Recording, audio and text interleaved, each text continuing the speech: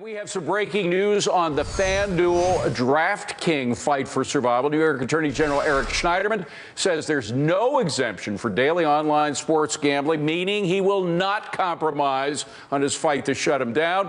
DraftKings and FanDuel fighting back, telling users to continue using their sites, even though the state ordered them to stop taking a bet. So who wins? Joining us now for analysis, our very own Liz McDonald, business and sports attorney Seth Berenzweig, and Mike Ozanian from Forbes magazine. EMAC, first to you, what's the latest?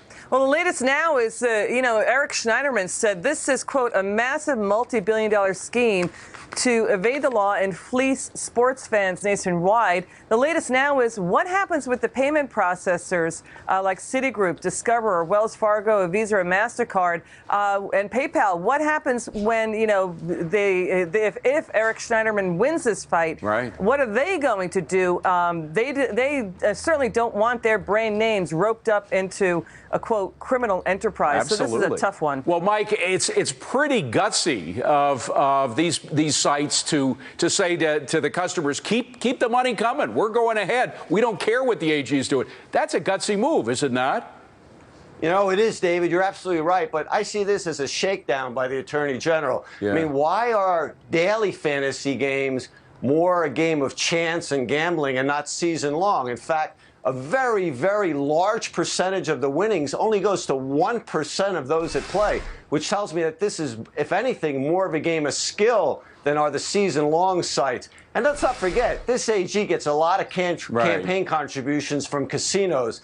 So he started looking at this. There may be some of that in there. Seth, listen, you know, there's no question that attorney generals are all, they call them governors, assuming the governorcy. They want to be governors. That's what attorney generals do. Is this just all political on his part?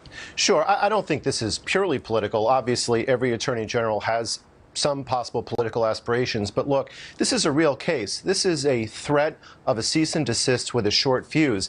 And Schneiderman has an argument here. It's going to be a close call, but New York law says that if chance is a material factor in how this happens, that these guys lose. So therefore, next week's going to be a huge turning point for this entire industry.